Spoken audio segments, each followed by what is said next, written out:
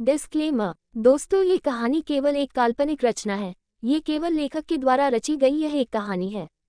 इसका वास्तविक जीवन से कोई भी संबंध नहीं है। कृपया आप कहानियों को केवल मनोरंजन की दृष्टि से ही सुने, और साथ ही अगर आप इस चैनल नॉवल स्टोरी 2.6 पर पहली बार आए हैं तो चैनल को सब्सक्राइब और वीडियो को भर भर लाइक करना ना भूलें। धन्यवाद। एपिसोड 76। विधि, आखिरकार बात क्या है? तुम इस तरह से बिहेव क्यों कर रही हो जैसे कि मैं बहुत ज़्यादा बड़ी गलती कर दी है, जबकि मुझे तो समझ में ही नहीं आ रहा है कि आखिरकार हुआ क्या है। हाँ, मैं मानता हूँ कि जो कुछ भी आज ऑफिस में हुआ था वह नहीं होना चाहिए था। उसके लिए आई एम सॉरी, और मैं एग्जाम भी कर दिया है कि अब से आपका तुम कभी भी ऑफिस आओगे तो तुम्हारे साथ कोई भी गलत करने की हिम्मत नहीं करेगा। अगर तुम चाहती हो कि मैं सबके सामने ये बता दूं कि तुम मेरी वाइफ हो, तो मैं वह भी करने के लिए तैयार हूँ।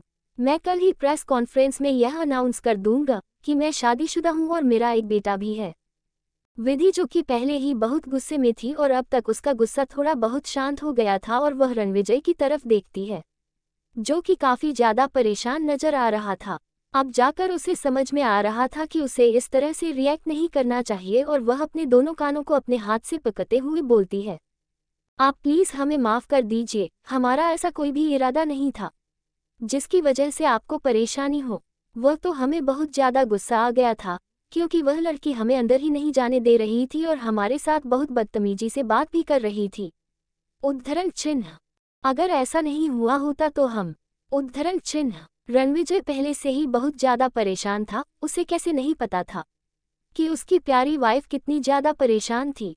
वह जल्दी से आगे बढ़ाकर उसे गले से लगा लेता है और उसके बालों को सहलाते हुए बोलता है, नहीं विधि, मुझे माफ़ कर दो। मुझे सब लोगों को ये बता देना चाहिए था कि आखिरकार तुम मेरी वाइफ, भले ही हालात कैसे भी थे, विधि मेरे साथ कैसा ही बिहेव करती थी, लेकिन फिर भी मुझे ये बात बताना चाहिए था कि मैं एक बच्चे का बाप हूँ। उद्धरण चिन्ह। अगर तुम ये चाहती हो तो ठीक है, हम कल ही प्रेस कॉन्फ्रेंस करेंगे और वहां पर मैं तुम्हें और ओजस को इंट्रोड्यूस कर दूंगा पूरी दुनिया के सामने कि रणविजय राजावत सिंगल नहीं है, बल्कि उसकी एक वाइफ है। जैसे ही विधि है सुनती है, उसके दिल में एक अलग ही खुशी महसूस होती है, लेकिन तभी उसे कुछ याद आता है और वह जल्दी से रणविजय से अलग होते हुए बोलती है, नहीं, अभी आप ऐसा कुछ भी नहीं करेंगे। उद्धरण चिन्ह। उसकी बात सुनकर रणविजय एक पल के लिए हैरान हो जाता है और उसके चेहरे पर वह हैरान की साफ दिखाई दे रही थी, जिसे विधि भी नोटिस कर पा रही थी, और वह मुस्कुराते हुए उसकी तरफ देखती है और बोलती है, हम पहले कुछ करना चाहते हैं, कुछ बना चाहते हैं। हम जानते हैं कि यहाँ पर आने के बाद हमें बहुत कुछ सीखना है और बहुत कुछ समझना है। उसके बाद ही हम इस दुनिया में आगे कुछ अच्छा कर पाएंगे। उद्धरण चिन्ह। उसकी बातें सुनकर ना चाहते हुए भी रणविजय के चेहरे पर मुस्कान आ जाती है और वह खुशी के मारे विधि की कमर पकड़ता है और उसे एकदम से ही अपने करीब खींचकर उसके होठों पर अपने होंठ रख देता है।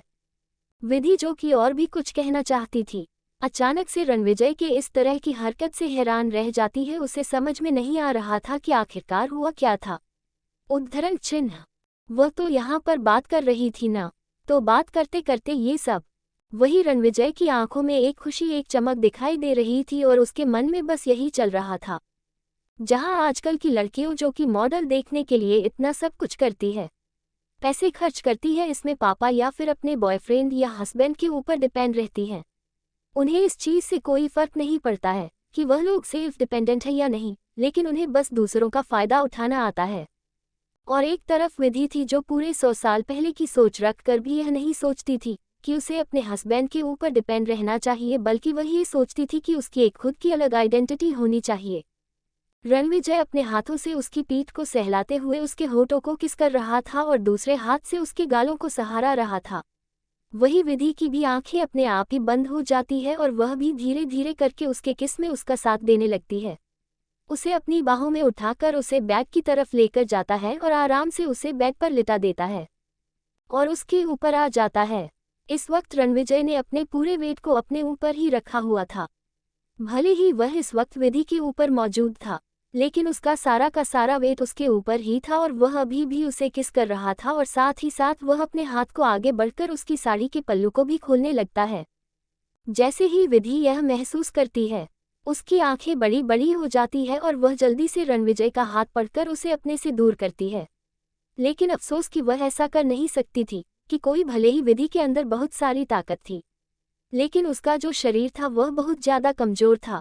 अभी उसे अपने शरीर को ताकतवर बनाने में बहुत ज़्यादा टाइम लगने वाला था और साथ ही साथ उसे अपनी स्ट्रेंथ और इम्यूनिटी को भी बढ़ता था। वह चाह कर भी रणविजय को हटा नहीं पा रही थी और रणविजय था कि उसे तो कुछ भी ख्याल ही नहीं था। वह तो बस उसके अपर लिप्स को शक कर रहा था, उसके लिए लोअर लिप को शक कर रहा था और साथ ही साथ उसे लिक भी कर रहा था और अपने हाथों को उसके पूरे शरीर पर सहलाए जा रहा था। एपिसोड 77। जिस विधि को एक अलग ही सेंसेशन अपनी पूरी बॉडी में महसूस हो रहा था और उसकी आंखों में एक अलग ही खुशी थी, वह धीरे से अपने हाथों को आगे बढ़कर रणविजय के बालों में ले जाती है और उसके बालों को सहलाने लगती है। जैसे ही रणविजय को एहसास होता है कि विधि उसे किस कर रही है और उसका साथ दे रही, तो उसकी आंखों में भी चमक आ जाती है और वह जो कि कर रहा था वह और भी ज़्यादा पैशनेट किसने बदला जाता है और धीरे धीरे करके अपने हाथ को आगे बढ़कर उसके क्लॉथ्स को उसके बॉडी से अलग कर देता है। रणविजय फिर धीरे से ऊपर की तरफ देखा है तो उन दोनों भी आंखें एक दूसरे से मिलती है। जैसे ही विधि ये देखी है, उसकी आंखों में शर्माहट साफ दिखाई दे रही थी और वह अपनी आंखों को झुका लेती है क्योंकि उसे सच में बहुत शर्म आ रही थी।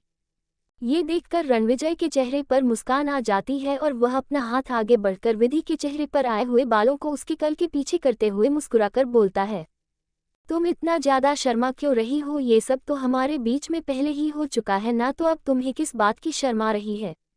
उद्धरण चिन्ह। जैसे ही विधि उसकी बात सुनती है, उसकी आंखें एकदम सही बड़ी बड़ी हो जाती है और वह रणविजय की तरफ देखने लगती है और अपने मन में बोलती है, क्या ये सच में पागल हो गई है? कोई लड़की इस तरह से शर्मा कैसे नहीं सकती है जबकि उसके साथ यह सब हो रहा है? तो उद्धरण चिन्ह। वही रणविजय को समझ में आ गया था कि आखिरकार विधि के मन में क्या चल रहा है और ये सोचकर ही हंसी आ रही थी, लेकिन तभी उसे कुछ शरारत सोचती है और वह धीरे से अपनी हम को विधि के गार्डन के बीचों बीच लेकर जाता है और वहां पर जोर से काट लेता है। विधि का समीर पूरी तरह से दूध की तरह सफ़ेद और उसे पर अगर जरा सी भी खरोच भी आती थी तो उसका भी निशान रह जाता था। यहाँ तो रणवीर जैन है, उसे जोर से काट लिया था तो उसका वह लाल निशान पूरी तरह से बन गया था और उसके दांत के निशान भी वहां पर दिखाई दे रहे थे।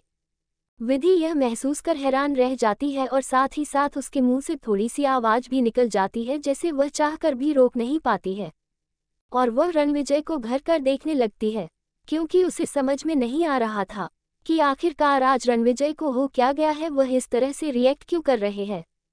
लेकिन उससे क्या पता था कि आज रणविजय को अपनी वाइफ पर कितना ज़्यादा प्यार आ रहा था और साथ ही साथ उसे उस पर बहुत ज़्यादा प्राउड फील हो रहा था जैसे वह इस तरह से दिखा रहा था। रणविजय फिर धीरे से अपने गार्डन को नीचे झुकता है और एक बार फिर से विधि के होठों को अपने फोटो में लेकर उसे प्यार से किस करने लगता है और साथ ही साथ वह उसके बालों से और उसकी बॉडी को सहला भी रहा था। जब रणविजय को यह महसूस होता है कि विध को सांस लेने में दिक्कत आ रही है, तब जाकर वह उसे छोड़ना है और उसे देखने लगता है।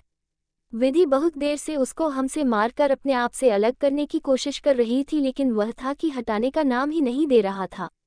अगर उसे हटाने में अब 2 मिनट की भी देर हो जाती तो शायद विधि की सांस वहीं पर अटक सकती थी। विधि जोर जोर से सांस लेते हुए गुस्से से रणविजय को देख रही थी।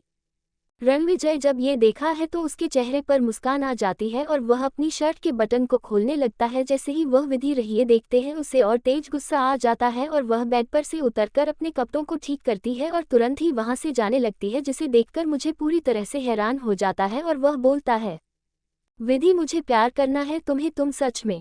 उद्धरण चिन्ह। उसकी बातें सुनकर एक बार फिर से विधि का दिल जोरों से धड़कने लगता है, लेकिन वह जानती थी कि अब अगर उसने रणविजय को नहीं रोका तो वह सच में बार बार उसके साथ वही सब करता रहेगा। इसलिए वह उसकी तरफ देखते हुए बोलती है, देखिए आपने हमारे साथ क्या किया है, अगर रोज उसने हमसे इसके बारे में कुछ भी पूछा तो हम क्या जवाब देंगे उसे? उद्धरण चिन्ह। इतना कहते हुए विधि अपनी निशान को दिखाने लगती है जहां पर थोड़ी देर पहले रणविजय ने उसे काट लिया था। उसके निशान को देखकर रणविजय के चेहरे पर मुस्कान आ जाती है और वह बोलता है, अच्छा तो तुम इस बात के लिए नाराज हो रही हो, ये पहले बताना था ना मुझे। इधर आओ, मैं तुम्हारी अभी मदद करता हूँ। उद्धरण चिन्ह। उसकी बातें सुनकर विधि को समझ में नहीं आ रहा था कि आखिरकार रणविजय उसकी इस मामले में मदद कैसे कर सकता है। क्या यहाँ पर कोई ऐसी दवा हो सकती है जिसको लगते ही निशान पूरी तरह से गायब हो जाएगा? हाँ, शायद ऐसा हो भी सकता है। 100 साल पहले ऐसी दवा नहीं थी, लेकिन आज के ज़माने में शायद ऐसी दवा मौजूद हो। ये तो किसी जादू से कम नहीं होगा। आखिर रणविजय किस तरह से विधि की मदद करने वाला है? एपिसोड 78। वही रणविजय जब विधि के चेहरे को देखा है तो उसके चेहरे पर आ रहे एक्सप्रेशंस को देखकर वह समझ पा रहा था कि वह क्या सोच रही है, और यह सोचकर ही उसके चेहरे पर एक डेविल मुस्कान आ जाती है और वह आराम से उसके विधि के पास जाता है और बोलता है, तुम सच में मुझ पर इस बात में विश्वास कर सकती हो, मैं तुम्हारी मदद करता हूँ, ठीक है, अपनी आंखें बंद करो। उद्धरण चिन्ह। बेचारी विधि रणविजय के चेहरे पर आ रही एक्सप्रेशंस को नोट नहीं कर पा रही है और उसे समझ में नहीं आ रहा था कि आखिरकार वह क्या करना चाहता है। इसलिए बेचारी चुपचाप वही करती है जो रणविजय ने उसे करने के लिए कहा था और वह आराम से अपनी आंखों को बंद कर लेती है। उसे इस तरह से अपनी बात को मानता हुआ देखकर रणविजय के चेहरे पर भी एक बड़ी सी मुस्कान आ जाती है और वह धीरे से अपने हाथ को आगे बढ़ता है और विधि की कमर में डालकर उसे अपनी तरफ पूरी तरह से खींच लेता है। जैसे ही विधि को यह महसूस होता है, उसके यहाँ पर एक झटके से ही खुल जाती है, लेकिन अब तक बहुत देर हो चुकी थी क्योंकि वह शेर के चंगुल में पहले से ही फंस चुकी थी। वह कुछ कहती है करते उससे पहले ही रमेश है अपने सर को नीचे झुकाकर जहाँ पर उसने बाइट किया था वहां पर अपने होंठ रख देता है। वह साथ में वहां पर उसे किस करने लगता है और अपने होंठों से और टंग की मदद से वहां पर लिक करने लगता है। लगभग 5 मिनट तक उसे वो वहां पर वैसा ही करता है, जिसकी वजह से विधि के चेहरा पूरी तरह से लाल हो चुका था और उसके शरीर में एक अलग ही सेंसेशन हम उसे महसूस हो रही थी। रणविजय के धीरे से अपने सर को वहां से हटता है और फिर देखता है तो जो निशान पहले बहुत ज्यादा है दिखाई दे रहा था, अब वह थोड़ा सा लाइट हो चुका था, जिसे देखकर उसके चेहरे पर मुस्कान आ जाती है और वह विधि को अपनी बाहों में उठाकर के सामने लेकर जाता है और उसे वहां पर खड़ा करके अपनी आंखें खोलने के लिए कहता है। क्योंकि जब रणविजय उसके साथ वह सब कर रहा था तब अनजाने में ही विधि की आंखें एक बार फिर से बंद हो चुकी थी। रणविजय की बात सुनकर विधि धीरे से अपनी आंखों को खोलती है और रणवीर है उसे जहां पर देखने का इशारा करता है वह वहां पर देखी है तो सच में उसका जो लव बाइट का निशान था वह बहुत ज्यादा कम हो चुका था, लेकिन उसे अभी भी रन हो जाए जिससे बहुत ज्यादा शर्म आ रही थी। क्योंकि रणविजय से जब वह पहली बार मिली थी तब उसे ऐसा लगा था जैसे कि यह इंसान बहुत ही ज्यादा घमंडी और पावरफुल है। कोई इंसान इतना ज्यादा अमीर होकर घमंड ना हो, ऐसा तो हो नहीं सकता था। लेकिन जैसे जैसे वह रणविजय के साथ टाइम बिता रही थी वैसे वैसे उसे पता चल रहा था कि रणुजा वैसा नहीं था जैसे उसने सोचा था। विधि अपने आप को रणविजय को दोनों को एक साथ आईने में देख रहे थे, जहां रणविजय बहुत ही ज्यादा हैंडसम अट्रैक्टिव पर्सनैलिटी वाला दिखाई दे रहा था और साथ में बहुत ज्यादा सुंदर, वही विधि उसके साथ बिल्कुल भी अच्छी नहीं लग रही थी। उसकी वह मुरझाई हुई त्वचा, आंखों के नीचे काले घेरे, ये सब देखकर उसे अपने आप पर ही शर्मा रही थी और वह जल्दी से अपने आंखों को नीचा करती है। एक ये भी कारण था जब रणविजय ने उसे प्रेस कॉन्फ्रेंस करने के लिए कहा था, लेकिन उसने मना कर दिया था क्योंकि वह नहीं चाहती थी कि उसकी वजह से रणविजय की बेइज्जती हो। जब तक वह अपने शरीर को पूरी तरह से उसके लायक नहीं बना लेती है तब तक वह सबके सामने यह नहीं कह सकती थी कि वह रणविजय की वाइफ है। वही रणविजय तो इस बात से पूरी तरह से बेखबर था कि विधि के दिमाग में इस तरह के ख्याल चल रहे हैं और वह धीरे से अपना सर नीचे झुकाकर एक बार फिर से उसकी गर्दन पर किस करने लगता है, जिसकी वजह से विधि अपने सेंसेस में वापस आ जाती है। अभी वह कुछ कहती या करती है उससे पहल कि उनके रूम का डोर अचानक से कोई नॉक करता है। जैसे ही विधि आवाज सुनती है वह अलर्ट हो जाती है और तुरंत ही रणविजय को अपने आप से अलग कर देती है, क्योंकि वह जानती थी कि यहाँ पर आना किसी के बस की बात नहीं थी। कोई भी नौकर यहाँ पर नहीं आ सकता था जब तक उन्हें इजाजत न दी जाए, और अगर कोई आ सकता था तो वह सिर्फ एक ही इंसान था और वह कोई और नहीं बल्कि प्यारा ओजस था। विधि जल्दी से रणविजय को अपने आप से अलग करती है और दरवाजा खोल देती है और जैसा कि उन्होंने सोचा था वहां पर ओजस ही मौजूद था। ओजस ने इस वक्त बहुत ही कट वाले कपड़े पहने हुए थे जिन्हें वह बहुत ही ज्यादा क्यूट और अट्रैक्टिव दिखाई दे रहा था। वह जल्दी से अपनी मम्मी को देखा है और उनके पैरों को गले लगाते हुए बोलता है, मम्मी आप कहाँ थी, आपको हमारे साथ आना चाहिए था, पता है वहाँ पर कितना ज्यादा मजा आ रहा था, अगली बार जब हम जाएंगे ना डैडी के साथ तो आप भी हमारे साथ चलना, ठीक है। उद्धरण चिन्ह। उसकी प्यारी आवाज सुनती है तो नीचे झुककर अपने गोद में उठा लेती है और मुस्कुराते हुए उसके गाल पर किस करती है, लेकिन तभी अचानक से उसे की ओजस आवाज सुनाई देती है, मम्मी आपकी नेक पर यह चोट कैसे लग गई है। उद्धरण चिन्ह। जैसे ही वह ओजस की बात सुनती है उसका चेहरा पूरी तरह से टमाटर की तरह लाल हो जाता है। उसे बहुत ज्यादा शर्मिंदगी महसूस हो रही थी, उसे समझ में नहीं आ रहा था कि आखिरकार वह क्या बोले और क्या नहीं। आखिर क्या जवाब देगी विधि ओजस के पूछे हुए सवाल का।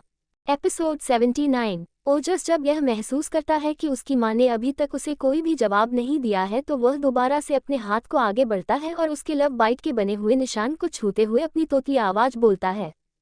बताए ना मम्मी, क्या हुआ है आपको? क्या आपके यहाँ पर चोट लगी है? मेरे पास रूम में दवाई पड़ी है। जब भी मुझे चोट लगती थी तो पापा मुझे दवाई लगाते हैं और वहाँ पर फूफी मारते हैं, जिसकी वजह से दूसरे दिन चोट पूरी तरह से ठीक हो जाती है। रुकिए, मैं अभी लेकर आता हूँ।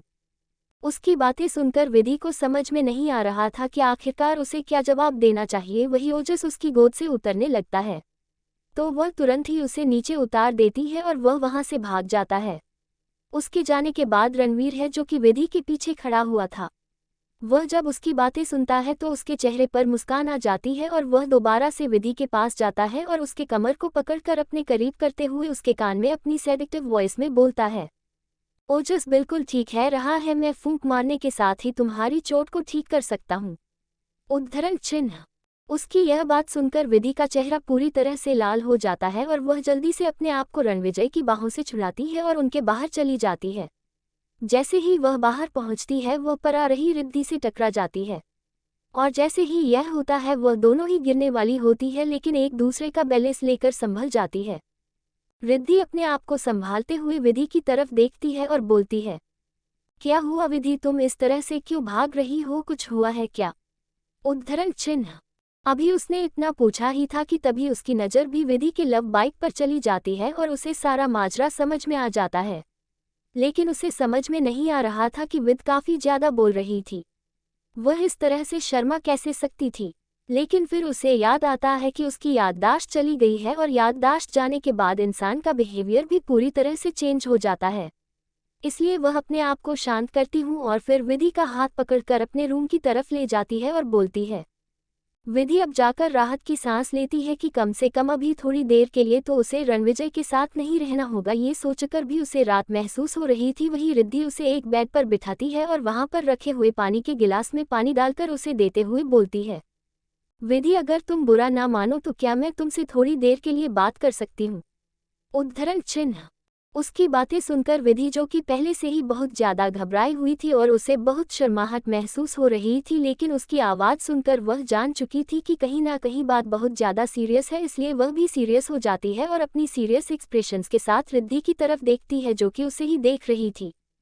उसे इस तरह से अपनी तरफ देखा हुआ प्रकार रिद्धि को समझ में आ जाता है कि वह तैयार है, इसलिए विधि एक गहरी लंबी सांस लेती है और विधि का हाथ अपने हाथ में लेकर गहरी नज़रों से उसकी तरफ देखती है और बोलती है, देखो विधि, मुझे नहीं पता है कि तुम ये सारी बातें सुनकर कैसे रिएक्ट करोगी, लेकिन यह बातें बताना बहुत ज़्यादा ज़रूरी है। अच्छा हुआ कि तुम यहाँ पर आ गई हो, तुम्हारी मुलाकात रणविजय से हो गई है, क्योंकि अगर ऐसा नहीं होता तो मुझे नहीं पता है कि फिर तुम कहाँ पर मदद मांगने के लिए जाती। तुम्हें नहीं पता है, लेकिन तुम्हारे बारे में किसी को पता चल गया है और उन्हें पता नहीं चलना चाहिए था इस बात का।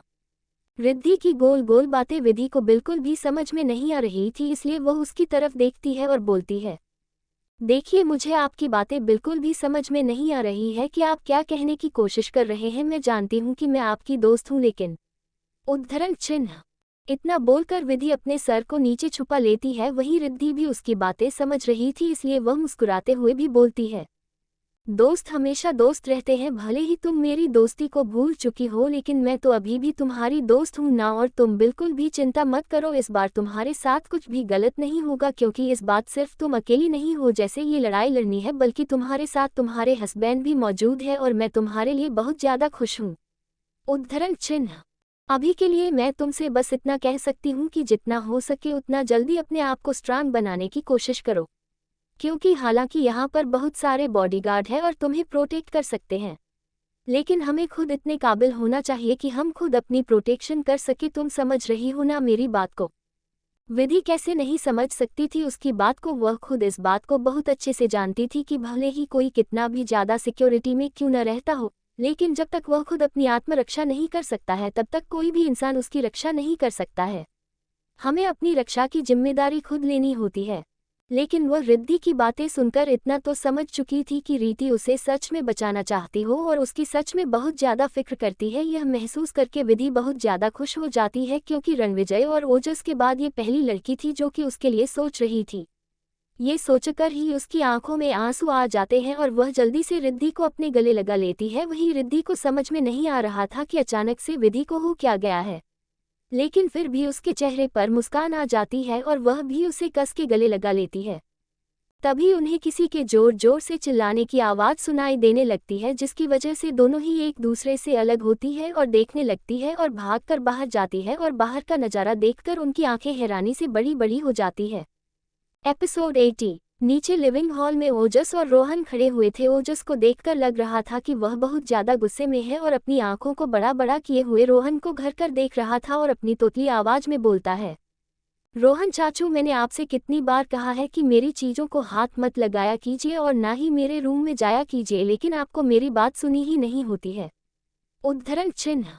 उसकी बात सुनकर रोहन मुंह बनाता है और तुरंत ही आगे बढ़ाकर उसे गोदी में उठा लेता है और उसकी तरफ देखते हुए बोलता है, ओजस, तुम इस वक्त बहुत ज़्यादा छोटे हो, तुम्हें इस तरह की चीज़ों को अपने पास नहीं रखना चाहिए। अच्छा हुआ मैं तुम्हारे रूम में चला गया था, तब मैंने ये सारी चीज़ देख ली। अगर रणविजय भाई को इस बारे में कुछ भी पता चल जाएगा तो क्या होगा, सोचो ज़रा। उद्धरण चिन्ह। रोहन की बात सुनकर ओजस तुरंत ही उसके सवाल का मुंह तोड़ जवाब देते हुए बोलता है, चाचू, आप भी ना कितने ज़्यादा बुद्धू है। आपको ये बात पता होनी चाहिए कि अगर मेरे पास कोई भी इक्विपमेंट है तो वह इसलिए है क्योंकि दादा ने मुझे ये दिया है। उद्धरण चिन्ह। उसकी बात सुनकर रोहन पूरी तरह से हैरान हो जाता है। उसे विश्वास नहीं हो रहा था कि इतने छोटे बच्चों को रणविजय ऐसी चीज़ गिफ्ट करता होगा। सभी वहां पर रिद्धि और विधि पहुंच जाती हूँ। उन दोनों को ही समझ में नहीं आ रहा था कि आखिरकार ये दोनों किस बारे में बहस कर रहे थे। ओजस जैसे ही अपनी मां को देखा है वह तुरंत ही छोटे बच्चों की तरह एक्टिंग करते हुए बोलता है, मम्मी देखी न चाचू मुझे परेशान कर रहे हैं और मुझे छोड़ भी नहीं रहे हैं। इन्होंने मेरी गन भी ले ली है जो पापा ने मुझे दी थी। उद्धरण चिन्ह। उसकी बात सुनकर रिद्धि और विधि पूरी तरह से हैरान हो जाते हैं। उन्हें विश्वास नहीं हो रहा था कि एक छोटे बच्चों के पास गन भी हो सकती है। उन्हें ऐसा लग रहा था जैसे उन्हें सुनने में कोई गलती हो गई है। इसलिए विधि जल्दी से उसके पास जाती है और रोहन से अपने बच्चों को अपनी गोद में लेते हुए बोलती है, क्या कहा बेटा आपने? उद्धरण चिन्ह। अपनी मम्मी के चेहरे पर इस तरह के एक्सप्रेशंस देखकर ओजस को समझ में नहीं आ रहा था कि आखिरकार उसकी मम्मी इतना ज़्यादा परेशान क्यों हो गई है, लेकिन फिर भी वह उसे समझाते हुए बोलता है, मम्मी, जब मैं आपके लिए दवा लेने के लिए अपने रूम में गया था तो वहाँ पर मुझे रोहन अंकल अपने रूम में दिखाई दिए थे और उन्होंने मेरी टॉय गन को ले लिया है और मुझे दे भी नहीं रहे हैं। उद्धरण चिन्ह। इस बार सरप्राइज होने की बड़ी किस बल्कि रोहन की थी, क्योंकि रोहन उसकी बात सुनकर पूरी तरह से हैरान हो चुका था। वह तुरंत ही अपने बैग के पीछे लगी हुई गन को निकलता है और उसे ओजस की तरफ दिखाते हुए बोलता है, मुझे तुम्हें लगता है कि मैं बेवकूफ़ हूँ? ये देखो, ये बिल्कुल असली गन है।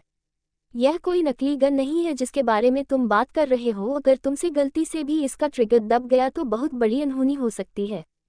ओजस को रोहन की बातें सुनकर बहुत गुस्सा आ रहा था। उसे समझ में नहीं आ रहा था कि आखिर ऐसा इंसान उसके दादा का दोस्त कैसे हो सकता है। मतलब वह एक छोटा बच्चा होकर भी यह बात बता सकता था कि यह गन नकली है। हालांकि इसमें रोहन की भी कोई गलती नहीं थी, क्योंकि वह गन देखने में बिल्कुल असली ही लग रही थी। इनफैक्ट उसका जो वेट था वह भी एक असली गन का वेट होता है उतना ही उसका वेट था, जिसकी वजह से रोहन को सच में यही लग रहा था। लेकिन तभी उसे ऊपर से रणविजय की आवाज़ सुनाई देती है, रोहन, यहाँ पर क्या चल रहा है? उद्धरण चिन्ह। यह आवाज़ काफ़ी ज़्यादा रोकदार थी, जिसकी वजह से सब लोग उसे तरफ देखने लगते हैं जहाँ पर रणविजय खड़ा हुआ था। अपने आप को पहले ही ठीक कर दिया था और अब वह अपने घर के कैजुअल कपड़ों में मौजूद था। उसने एक फ्लैट पैंट पहनी हुई थी और साथ में शर्ट पहनी हुई थी, जिसकी वजह से उसकी मस्कुलर बॉडी और भी ज़्यादा शानदार और अट्रैक्टिव दिखाई दे रही है। वह आराम से चलते हुए नीचे आ रहा था। उसने अपने दोनों हाथों को अपनी पेंट की जेब में डाला हुआ था। विधि जब उसे इस तरह से देखती है तो एक बार फिर से उसने कहीं खिल जाती है। हालांकि उसे यहाँ पर रहते हुए बहुत समय हो गया था, लेकिन जब भी वह रणविजय को देखते हैं वह उसे बस एडमायर करने से अपने आप को रोक नहीं पाती है। वह अपने होश में तब वापस आती है जब उसे रोहन की आवाज़ सुनाई देती है, देखिए ना भाई, यह ओजस इस तरह के खिलौने से कैसे खेल सकता है? ये कोई खिलौना नहीं है जिसको इसने अपने पास रखा हुआ है, और अब जब मैं इसे ले रहा हूँ तो यह मुझसे लड़ाई कर रहा है। उद्धरण चिन्ह। रणविजय को ज़्यादा बातें करना पसंद नहीं था। वह सिर्फ विधि के सामने होता था तभी थोड़ा अलग होता था, बाकी वह सबके लिए बहुत ज़्यादा निर्दय और कम बोलने वाला इंसान था। वह तुरंत ही रोहन के हाथ से उस गुन को ले लेता है।